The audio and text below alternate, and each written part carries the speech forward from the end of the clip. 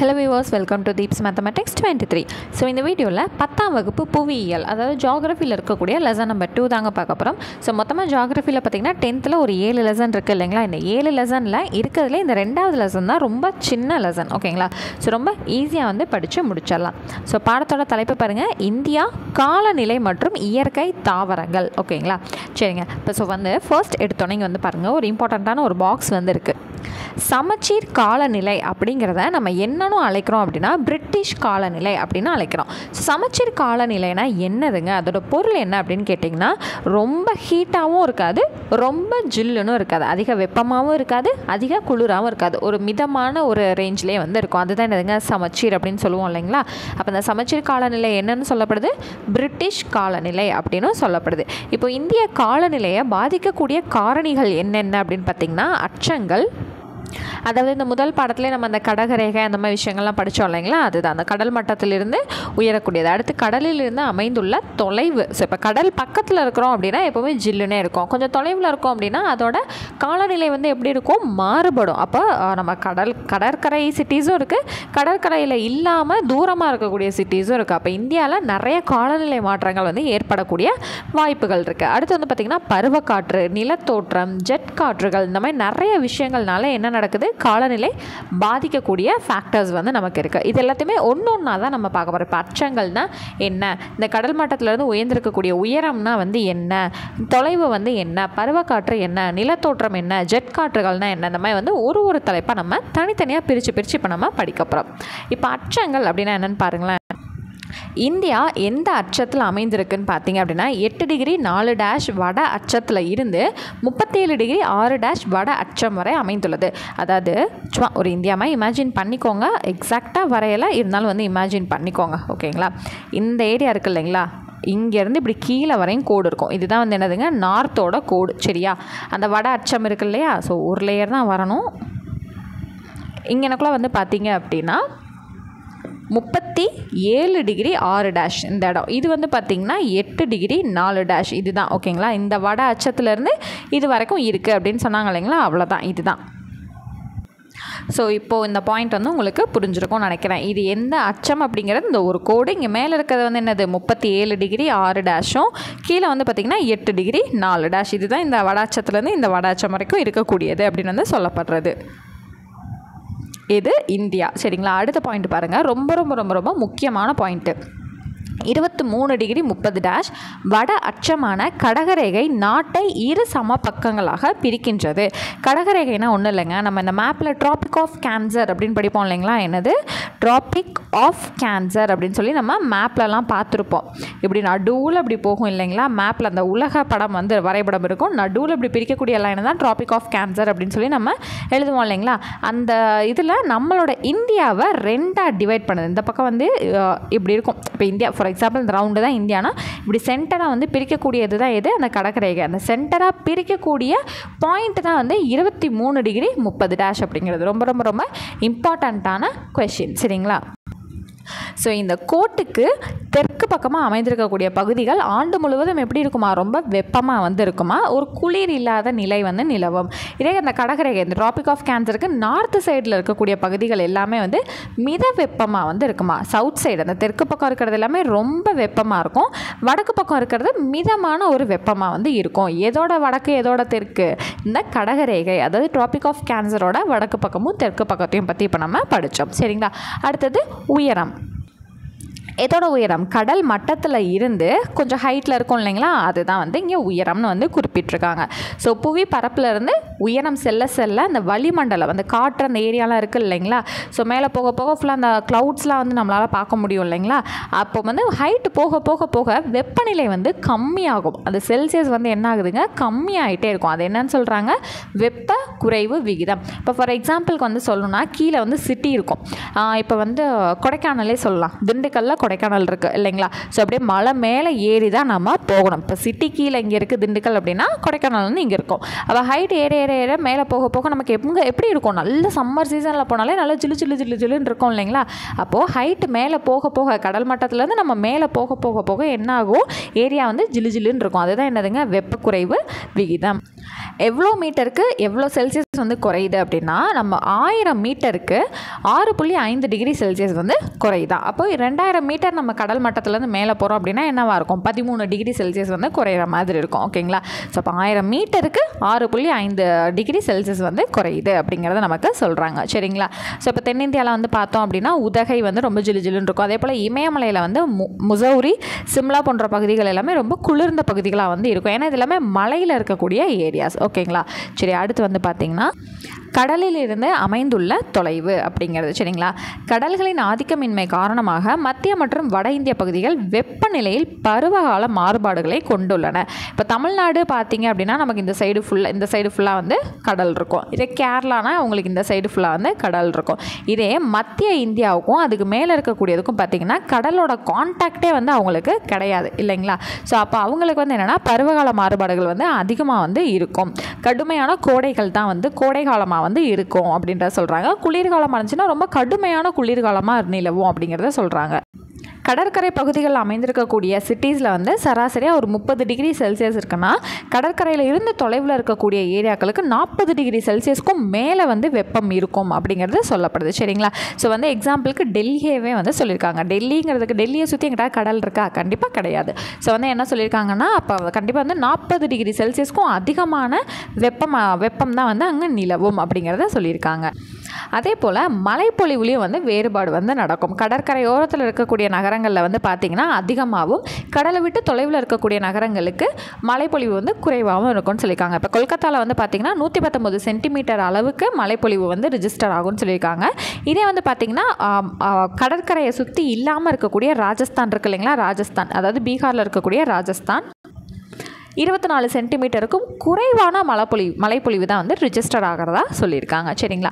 அடுத்தது பருவகால காற்று. அப்போ காலநிலையை பாதிக்கும் மிக முக்கிய காரணிகளில் இந்த பருவகால காற்றுங்கிறது தான் ரொம்ப முக்கியமாக இருக்குது அப்படின்னு வந்து சொல்கிறாங்க. பருவங்களுக்கு ஏற்ற மாதிரி வந்து மாறி மாறி வீசும் அப்படிங்கிறத சொல்கிறாங்க.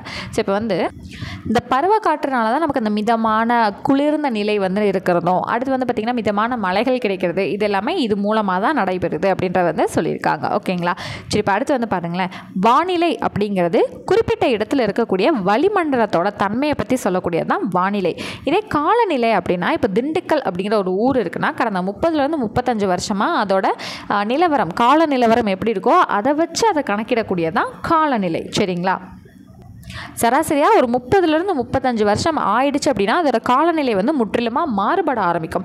இப்போ நம்ம வந்து கணிச்சு வச்சுருக்கோம், இந்த மாதத்துலேருந்து இந்த மாதம் இப்போ இப்படி நடக்கும், இந்த மாதத்துலேருந்து இந்த மாதம் காற்றடிக்கும், இந்த மாதத்துலேருந்து இந்த மாதம் மழை பொழியும், இந்த மாதத்துலேருந்து இந்த மாதம் நல்ல வெயில் அடிக்கணும். ஒரு 30 to 35 வருஷம் ஆயிடுச்சுன்னா அந்த மாதங்கள் வந்து அப்படியே மாறுபட ஆரம்பிக்கும். ஓகேங்களா. நம்ம கணிச்சு வச்ச மாதிரி இருக்காது.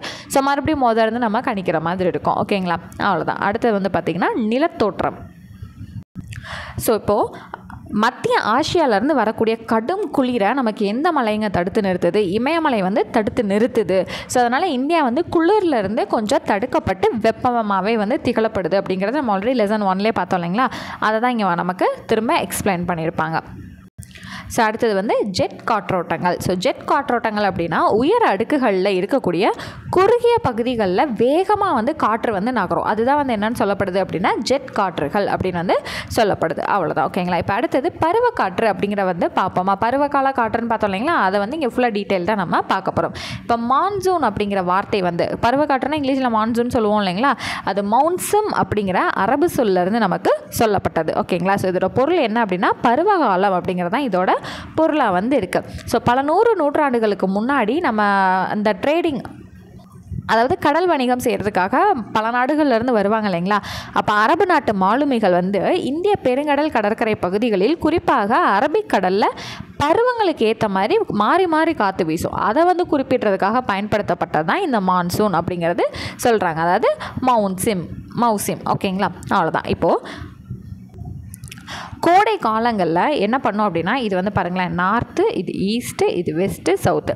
ஸோ கோடை காலங்களில் இந்த தென்மேற்கு பகுதிகளில் இருந்து காற்று வந்து வடகிழக்கு நோக்கி வந்து அடிக்குமா. சரிங்களா. இதே குளிர்காலங்களில் இந்த வடகிழக்கு பகுதிகளில் இருந்து அப்படியே தென்மேற்கு பகுதி பக்கம் நோக்கி அடிக்குமா. சரிங்களா. ஸோ கோடை காலம் அப்போ என்ன பண்ணும், கோடைக்காலம் இந்த பக்கம் வந்து நோக்கி அடிக்கும், அதாவது தென்மேற்கு பகுதியிலேருந்து வடகிழக்கு நோக்கி வீசும். இதே அப்படியே வடகிழக்கு பகுதியிலேருந்து வடகிழக்கு பகுதியில் இருந்து தென்மேற்கு பகுதி பக்கம் அடிக்குது அப்படின்னா அது என்னது? குளிர்காலம். அவ்வளோதான். இதுதான் வந்து ரொம்ப பெருசாக வந்து வளவலன்னு சொல்லியிருப்பாங்க. இந்த ஒரு படத்தை போட்டு மட்டும் குறித்து வச்சு படிச்சுக்கோங்க. ஓகேங்களா? சரி, இப்போ இந்த பருவ காலங்கள் அப்படிங்கிறது இருக்குது பார்த்தீங்களா? குளிர்காலம், கோடைக்காலம், தென்மேற்கு பருவக்காற்று, வடகிழக்கு பருவக்காற்று. ஸோ இப்போ குளிர்காலம் எந்த மாதத்துலேருந்து எந்த மாதம்னா ஜனவரியிலேருந்து பிப்ரவரி வரை. கோடைக்காலம் வந்து மார்ச்லேருந்து மே வரைக்கும். தென்மேற்கு பருவக்காற்று தான் நமக்கு மழை வந்து அதிகமாக கொடுக்கக்கூடியது. 75% மழை வந்து நமக்கு தென்மேற்கு பருவக்காற்றுலேருந்து தான் இந்தியாவுக்கு கிடைக்குது. சரிங்களா? இது எந்த மாதம்னா ஜூன்லேருந்து செப்டம்பர் வரையும். வடகிழக்கு பருவக்காற்று அக்டோபர்லேருந்து டிசம்பர் வரைக்கும். இதே சுழற்சி தான் வந்து ரிப்பீட்டாக நடந்துகிட்ருக்கோம். ஸோ மொத்தமாக பருவகாலங்கள் வந்து 4 வகையாக பிரிக்கப்படுது. குளிர்காலம், கோடைக்காலம், தென்மேற்கு பருவக்காற்று அதாவது மழைக்காலம், வடகிழக்கு பருவக்காற்று. இந்த மாதங்கள் வந்து நமக்கு ரொம்ப ரொம்ப முக்கியமானது. சரிங்களா? இப்போ குளிர்காலம் ஃபஸ்ட்டு. ஸோ குளிர்கால சமயத்தில் நமக்கு சூரிய வெளிச்சம் அதிகமாக இருக்குமா? இருக்காது. அப்போ அந்த சூரியனோட செங்குத்தான கதிர்கள் வந்து இந்தியாவில் ரொம்ப தூரத்தில் இந்த மகர ரேகையில் தான் வந்து விழுகுது அப்படின்னு சொல்லியிருக்காங்க. அதாவது இங்கிலீஷில் ட்ராபிக் ஆஃப் கேப்ரிகான் அப்படின்னு படிச்சிருப்போம் இல்லைங்களா? ட்ராபிக் ஆஃப் கேப்ரிகான் அப்படின்னு சொல்லிட்டு மேப்பில் வந்து நம்ம வரைவோம் இல்லைங்களா? அதுதான் என்னது? மகர ரேகை. ஸோ அதில் விழுகிற டைமில் நமக்கு சாய்வான சூரிய கதிர்கள் தான் இந்தியா பக்கம் வருது. அப்போ சாய்வாங்கிறப்ப இப்படி போகுது அப்படின்னா நமக்கு இந்தியா வந்து இங்கே இருக்குன்னா அப்போ வெப்பம் வந்து இந்த பக்கம் அதிகமாக விழுறதுக்கான வாய்ப்பு கிடையாது. அப்போ குறைந்த வெப்பம் தான் நம்ம நாட்டில் வந்து நிலவும் அப்படிங்கிறது சொல்லியிருக்காங்க. சரிங்களா? அடுத்தது வந்து பார்த்திங்கன்னா காற்று மண்டலத்தில் ஏற்படக்கூடிய அழுத்தங்கள் காரணமாக தான் இந்த பருவக்காற்றுகள் வந்து நமக்கு உருவாகுது. சரிங்களா? அதே போல் இந்த குளிர்கால டைமில் வட இந்தியாவில் தான் வந்து என்ன நடக்குதுன்னு பார்த்திங்கன்னா ஒரு உயர் அழுத்தம் வந்து ஏற்படுது. அப்போ காற்று வந்து வடமேற்குல இருந்து சிந்துகங்கை பள்ளத்தாக்குகள் வழியாக வந்து நமக்கு வீசுது. சரிங்களா? அடுத்தது வந்து பார்த்திங்கன்னா தென்னிந்தியாவின் காற்று திசையானது கிழக்கிலிருந்து மேற்கு பக்கமாக வந்து போகுது. ஸோ இந்த டைமில் மேற்கு இமயமலை, தமிழ்நாடு, கேரளான்ற பகுதிகளில் எல்லாமே வந்து மலைகள் வந்து கிடைக்கிது. சரியா? அடுத்து வந்தீங்க அப்படின்னா கோடைக்காலம். ஸோ இந்த கோடைக்காலம் அப்படிங்கிற டைமில் வந்து பார்த்திங்கன்னா சூரியனின் செங்குத்து கதிர்கள் இந்திய தீபகற்பத்தின் மீது விழுகிறது. ஸோ தீபகற்பம் அப்படிங்கிறது ஒன்றும் இல்லைங்க. தீபகற்பம் அப்படிங்கிறது இங்கிலீஷில் பெனின்சுலா அப்படின்னு வந்து சொல்லுவோம் இல்லைங்களா? ஒரு பக்கம் மட்டும், அதாவது இப்போ ஒரு லேண்ட் வந்து இருக்குது, இதுதான் வந்து ஒரு லேண்டுன்னு வச்சுக்கோங்க. ஒரு பக்கம் மட்டும்தான் லேண்டோட கனெக்ஷன் வந்து இருக்கும். மிச்சம் 3 பக்கமுமே வந்து பார்த்திங்கன்னா நீரால் சூழ்ந்துருக்கும். சரிங்களா? ஒரு பக்கம் தான் அடுத்த லேண்டுக்கான கனெக்ஷன் இருக்கும். 3 பக்கம் வந்து பார்த்திங்க அப்படின்னா நீரால் சூழப்பட்டிருக்கும். இதுதான் என்னென்னா தீபகற்பம். ஸோ அந்த மாதிரி பகுதிகளில் தான் வந்து என்ன ஆகுது? அதோட கதிர்கள் வந்து விழுகுது. அப்போ வெப்பநிலை வந்து தெற்கு பக்கத்துலேருந்து வடக்கு நோக்கி அதிகரிக்க ஆரம்பிக்குது. சரிங்களா? ஸோ பகல் நேரத்தில் உச்சக்கட்டமாக 40 டிகிரி செல்சியஸ் வரைக்கும் பதிவாகுது அப்படிங்கிறத சொல்கிறாங்க. அடுத்து வந்து பார்த்தோன்னா வளிமண்டலத்தில் அழுத்தம் வந்து ஏற்பட்டு அரபிக்கடல் மற்றும் வங்கக்கடல் பகுதிகளில் காற்று வந்து தென்மேற்குல இருந்து வடகிழக்கு நோக்கி வீச ஆரம்பிக்குது. இந்த காற்று வந்து எப்போ வருது? மே மாதத்தில் வந்து ஆரம்பிக்குது. மேற்கு கடற்கரை பகுதிகளுக்கு முன் பருவகால மழை, இன்னும் மழை காலமே வரல, அதுக்குள்ளே மழை பெய்யுது அப்படின்னு சொல்லுவாங்க இல்லைங்களா? அப்போ முன் பருவகால மழையை வந்து நமக்கு கொடுக்குது. இதை வந்து என்னன்னு சொல்லப்படுதுன்னா மாஞ்சாரல் அப்படின்னு வந்து சொல்லப்படுது. சரிங்களா? இது வந்து கர்நாடக கடற்கரை பகுதியில் இருக்கக்கூடிய மாங்காய் வந்து விரைவாக முதிர்ச்சி அடைகிறதுக்காக உதவுது இது. ஓகேங்களா? அடுத்தது ஏப்ரல் மற்றும் மே மாதங்களில் வடமேற்கு திசையிலேருந்து வீசக்கூடிய தலக்காற்று நார்வெஸ்டர் அப்படி இல்லாட்டி கால் பைசாகி அப்படின்னு வந்து அழைக்கப்படுது. அவ்வளோதான். ஓகேங்களா? சரி, அடுத்து வந்து பார்த்திங்கன்னா தென்மேற்கு பருவக்காற்று. இதுதான் என்னதுங்க? மழைக்காலம். ஸோ இது வந்து பார்த்திங்க அப்படின்னா ஜூன் முதல் வாரத்தில் இந்தியாவோட தெற்கு பகுதிகளில் வந்து தொடங்கி அடுத்து வந்து பார்த்திங்கன்னா ஜூன் 2வது வாரத்தில், அதாவது ஜூன் 15க்குள்ளே இந்தியாவில் இருக்கக்கூடிய அனைத்து பகுதிகளுக்கும் முன்னேறியது. ஓகேங்களா? ஸோ நெக்ஸ்ட் பேஜ் வந்து பார்த்தோம். அடுத்தது வட இந்தியாவில் வந்து பார்த்திங்க அப்படின்னா வெப்பநிலை 46 டிகிரி செல்சியஸ் வரைக்கும் இந்த காலகட்டத்தில் உயர்ந்து அடுத்த இடியுடன் கூடிய இடி மின்னலோட கூடிய மழை வந்து பயங்கரமாக வந்து ஸ்டார்ட் ஆகும். இது வந்து பருவமழை வெடிப்பு அப்படின்னு வந்து சொல்லப்படுது. அடுத்து வந்து பார்த்திங்கன்னா இது தென்பக்கம் வந்து இந்தியாவோட தென் முனையை அடையும் போது 2 கிளைகளாக வந்து நமக்கு டிவைட் ஆகுமா இந்த மலை. ஒன்று அரபிக்கடல் வழியாகவும் இன்னொன்று வங்காள விரிகுடா வழியாக வந்து வீசுது. ஓகேங்களா? 2 கிளையாக பிரியும் அப்படிங்கிறத சொல்லியிருக்காங்க. எதுங்க 2 கிளையாக பிரியும்? தென்மேற்கு பருவக்காற்று தரக்கூடிய மலை. சரிங்களா. அடுத்து வந்து பார்த்திங்கன்னா மேகாலயாவில் இருக்கக்கூடிய மவுண்ட் சிண்ட்ரோம் அப்படிங்கிற பகுதியில் தான் வந்து நமக்கு எப்போவே மிக அதிகமான கனமழை வந்து பதிவாகும். சரிங்களா. ஸோ இப்போ அடுத்து நான் சொன்னேன் இல்லைங்களா, இந்தியாவில் ஒட்டுமொத்த மழைப்பொழிவில் 75% மழைப்பொழிவை இந்த பருவக்காற்று தான் நமக்கு கொடுக்குது அப்படிங்கிறத நான் ஆல்ரெடி சொல்லியிருந்தேன் இல்லைங்களா. அந்த பாயிண்ட் வந்து இங்கே தான் இருக்குது. அடுத்தது வடகிழக்கு பருவக்காற்று காலம். ஸோ இது வந்து பார்த்திங்க அப்படின்னா நமக்கு ஒரு 35% வந்து மழைப்பொழிவை இந்த பருவம் மூலமாக நம்மளால் பெற முடியுது. ஸோ அடுத்தது வந்து ஒரு இம்பார்ட்டண்ட்டான பாக்ஸ் இருக்குது. உலகத்திலேயே மிக அதிக அளவு மழை வந்து பெறக்கூடிய பகுதி எதுன்னு பார்த்திங்கன்னா நம்ம இந்தியாவில் இருக்கக்கூடிய மவுண்ட் சிண்ட்ரோம் அப்படிங்கிற பகுதி தான். இது எந்த மாநிலத்தில் இருக்குது? மேகாலயா மாநிலத்தில் இருக்குது. சரிங்களா. சரி, அடுத்த பாயிண்ட் வந்து பார்த்திங்கன்னா இயற்கை தாவரங்கள். ஸோ இயற்கை தாவரங்கள் அப்படின்னா ஒன்றுமே கிடையாதுங்க, மனிதரோட எந்த ஒரு உதவியும் முயற்சியும் இல்லாமல் தானாக முளைச்சி நிற்கும் பார்த்திங்களா, அதுதான் என்னது? இயற்கை தாவரங்கள். அதுக்கு உகந்த வந்து மண், சரியான மழை இருக்கக்கூடிய ஏரியா அந்த மாதிரி இருந்துச்சுன்னா இயற்கையாக அதுவே அதை வந்து தன்னை பாதுகாத்துக்கக்கூடிய ஒரு விஷயம் தான் இயற்கை தாவரம் அப்படின்னு வந்து சொல்லப்படுது. இதில் வந்து பார்த்தோம் அப்படின்னா சில பிரிவுகளாக இதில் வகைப்படுத்தி நமக்கு சொல்கிறாங்க. ஒன்று வந்து அயன மண்டல பசுமை மாறா காடுகள். ஸோ இதில் வந்து ஆண்டில் சராசரியாக மழைப்பொழிவு இங்கே எவ்வளோ கிடைக்குதுன்னா 200 சென்டிமீட்டருக்கு மேலும் ஆண்டு வெப்பநிலை வந்து பார்த்திங்கன்னா 22 டிகிரி செல்சியஸுக்கு அதிகமாகவும் வந்து இருக்கிறதா சொல்கிறாங்க. ஈரப்பதம் வந்து பார்த்தா 70% மேலும் இருக்கக்கூடிய பகுதிகளாக இந்த காடுகள் கருதப்படுது அப்படின்னு வந்து சொல்கிறாங்க. இங்கே இருக்கக்கூடிய முக்கியமான மரங்கள் வந்து ரப்பர், மகோனி, எஃபனி, ரோஸ் மரம், தென்னை, மூங்கில், சின்கோனா, சிடார், இந்த மரங்கள் எல்லாமே இங்கே அதிகமாக காணப்படுது அப்படிங்கிறது வந்து நமக்கு சொல்கிறாங்க. அடுத்தது அயன மண்டல இலையுதிர் காடுகள். ஸோ இங்கே வந்து பார்த்தா சராசரியாக மழைப்பொழிவு வந்து 100 சென்டிமீட்டர் முதல் 200 சென்டிமீட்டர் வரைக்கும் பதிவாகுதுன்னு சொல்கிறாங்க. இதை வந்து பருவகால காடுகள் அப்படின்னு வந்து நம்ம சொல்கிறோம் அப்படின்னு வந்து சொல்கிறாங்க. ஓகேங்களா. அடுத்து சராசரியாக இதோட வெப்பநிலை 27 டிகிரி செல்சியஸ் இந்த காடுகளில் வந்து பதிவாகிறதாகவும் ஈரப்பதம் 60-70% இருக்கிறதாகவும் நமக்கு தெரியப்படுத்துகிறாங்க. ஓகேங்களா. இங்கே இருக்கக்கூடிய முக்கியமான மரங்கள் சந்தன மரம், ரோஸ் மரம், குசம், மாகு, பாலாங், ஆம்லா, மூங்கில், சிசம் மற்றும் படாக் ஆகியவை பொருளாதார முக்கியத்துவம் வாய்ந்த மரங்கள் ஆகும் அப்படின்னு வந்து நமக்கு சொல்கிறாங்க. ஓகேங்களா. அது தவிர வந்து நறுமண திரவியங்கள் கொடுக்கக்கூடியது, எண்ணெய் கொடுக்கக்கூடியது எல்லாமே இருக்குது. இதெல்லாம் வந்து பொருளாதார ரீதியாக முக்கியமானதாக கருதப்படுது. அடுத்து அயன மண்டல வறண்ட காடுகள். இங்கே மழைப்பொழிவு 50-100 சென்டிமீட்டர் வரைக்கும் பதிவாகுது. அடுத்து வந்து பார்த்திங்கன்னா இது வந்து ஒரு இடைநிலை வகை காடு அப்படின்னு சொல்லிட்டு நம்ம கருதுகிறோம். சரிங்களா. அடுத்தது இங்கே இருக்கக்கூடிய மரங்கள் வந்து பார்த்திங்கன்னா இலுப்பை, ஆலமரம், ஆவாரம்பூ மரம், பலா, மஞ்சக்கடம்பு, கருவேலம் மற்றும் மூங்கில் ஆகிய முக்கிய மர வகைகள் வந்து இங்கே காணப்படுது அப்படின்னு சொல்கிறாங்க. அடுத்தது பாலைவன மற்றும் அரைப்பாலைவன தாவரங்கள். இதை வந்து முட்புதர் காடுகள் அப்படின்னு வந்து நம்ம வந்து அழைக்கிறோம். இங்கே வந்து மழைப்பொழிவு 50 சென்டிமீட்டருக்கும் குறைவாக தான் வந்து இருக்குது. வெப்பமும் வந்து பார்த்திங்கன்னா அதிகமாக வந்து இருக்குது. அதனால் வந்து என்ன ஆயிடுது? மழைப்பொழிவும் கம்மியாக இருக்குது, வெப்பமும் அதிகமாக இருக்குது. அப்போ ஈரப்பதம் எப்படி இருக்கும்? குறைவாக தான் இருக்கும் இல்லைங்களா.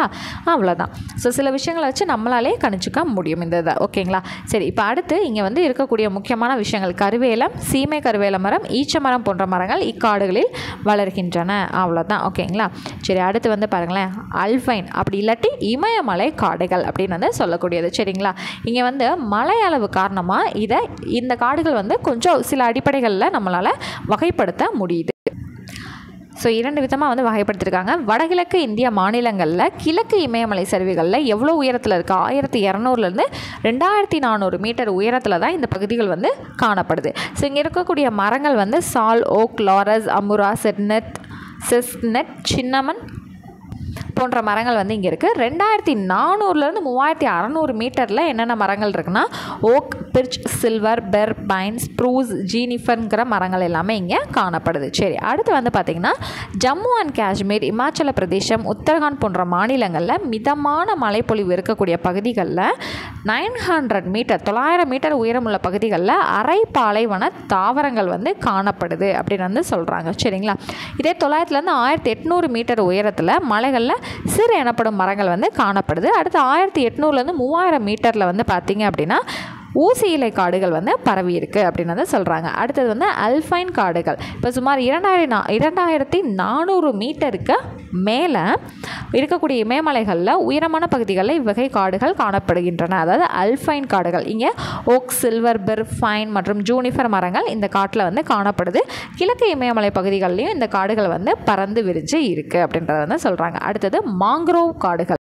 ஸோ இந்த மாங்க்ரோவ் காடுகளை சதுப்பு நில காடுகள்னு நம்ம சொல்கிறோம், டெல்டா காடுகள்னு சொல்கிறோம். இந்த பெயர்கள் வந்து நமக்கு ரொம்ப ரொம்ப முக்கியமானது. அடுத்து சுந்தரவன காடுகள் அப்படின்னும் நம்ம வந்து அழைக்கிறோம். சரிங்களா? சரி, அடுத்து வந்து பார்த்திங்க அப்படின்னா வன உயிரினங்கள். ஸோ இந்த வன உயிரினங்கள் அப்படிங்கிறத 2 பிரிவுகளாக நம்மளால் பிரிக்க முடியும். ஒன்று முதுகெலும்பு இருக்கிறது, இன்னொன்று முதுகெலும்பு இல்லாதது. முதுகெலும்பு இருக்கிறதுனா மீன், இருவாழ்விகள், ஊர்வன, பறவைகள், பாலூட்டிகள், இது எல்லாமே முதுகெலும்பு இருக்கிறது. முதுகெலும்பு இல்லாததுன்னா தேனி, பட்டாம்பூச்சி, அந்திப்பூச்சி, இதெல்லாம் வந்து முதுகெலும்பு இல்லாதது. அப்போ இந்த 2 பிரிவுகளாக வந்து நம்மளால் பிரிக்க முடியும் அப்படிங்கிறத சொல்கிறாங்க. சரிங்களா? அடுத்து வந்து இங்கே பார்த்தீங்கன்னா உலகத்தில் 1.5 மில்லியன் வகையான வனவிலங்கு உயிரினங்கள் இருக்குது. இந்தியாவில் மட்டும் 81,251 வகைகளில் வந்து வனவிலங்குகள் இருக்குது அப்படின்னு வந்து சொல்கிறாங்க. சரிங்களா? அடுத்து ரொம்ப ரொம்ப ரொம்ப ரொம்ப முக்கியமானது 1952 வனவிலங்கு பாதுகாப்பு மற்றும் மேலாண்மை குறித்த பரிந்துரைகள் வந்து அரசாங்கத்துக்கு வழங்கணும்னு சொல்லிட்டு அமைக்கப்பட்டதான் இந்த IBWL அப்படிங்கிறது, இந்திய வனவிலங்கு வாரியம். அடுத்தது இந்தியாவில் வனவிலங்கு பாதுகாப்பு சட்டம் இயற்றப்பட்ட ஆண்டு 1972. ரொம்ப ரொம்ப ரொம்ப ரொம்ப இம்பார்ட்டண்ட்டான கொஷின். சரிங்களா? இந்தியாவில் வனவிலங்கு பாதுகாப்பு சட்டம் இயற்றப்பட்ட ஆண்டு 1972. சரிங்களா? சரி, இந்தியாவில் வனவிலங்குகளையும் அதோட செழுமை தன்மையும் பன்மையும் பாதுகாக்கிறதுக்காக 102 தேசிய பூங்காக்களும் 515 வனவிலங்குகள் சரணாலயங்களும் வந்து உருவாக்கப்பட்டிருக்கு. சரிங்களா?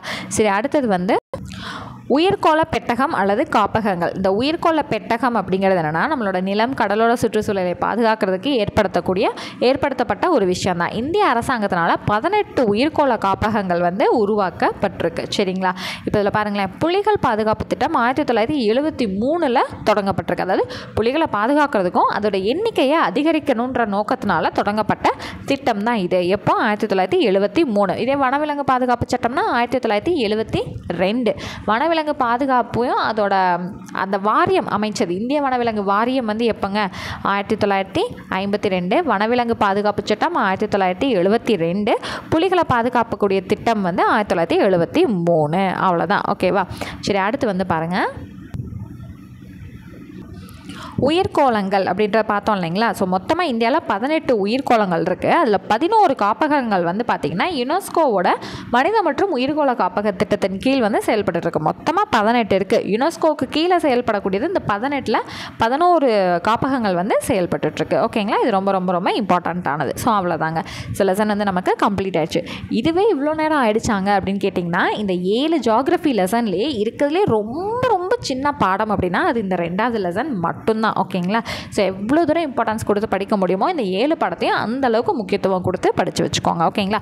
ஸோ உங்களுக்கு நம்மளோட டெஸ்ட் பேச்சஸில் ஜாயின் பண்ணணுங்கிற இன்ட்ரெஸ்ட் இருந்துச்சு அப்படின்னா டிஸ்கிரிப்ஷனில் இருக்கக்கூடிய வாட்ஸ்அப் நம்பர் எடுத்து டெக்ஸ்ட் பண்ணி டீட்டெயில்ஸ் கேட்டு தாராளமாக ஜாயின் பண்ணிக்கலாம். நெக்ஸ்ட் கிளாஸில் மீட் பண்ணுறேன். தேங்க்யூ.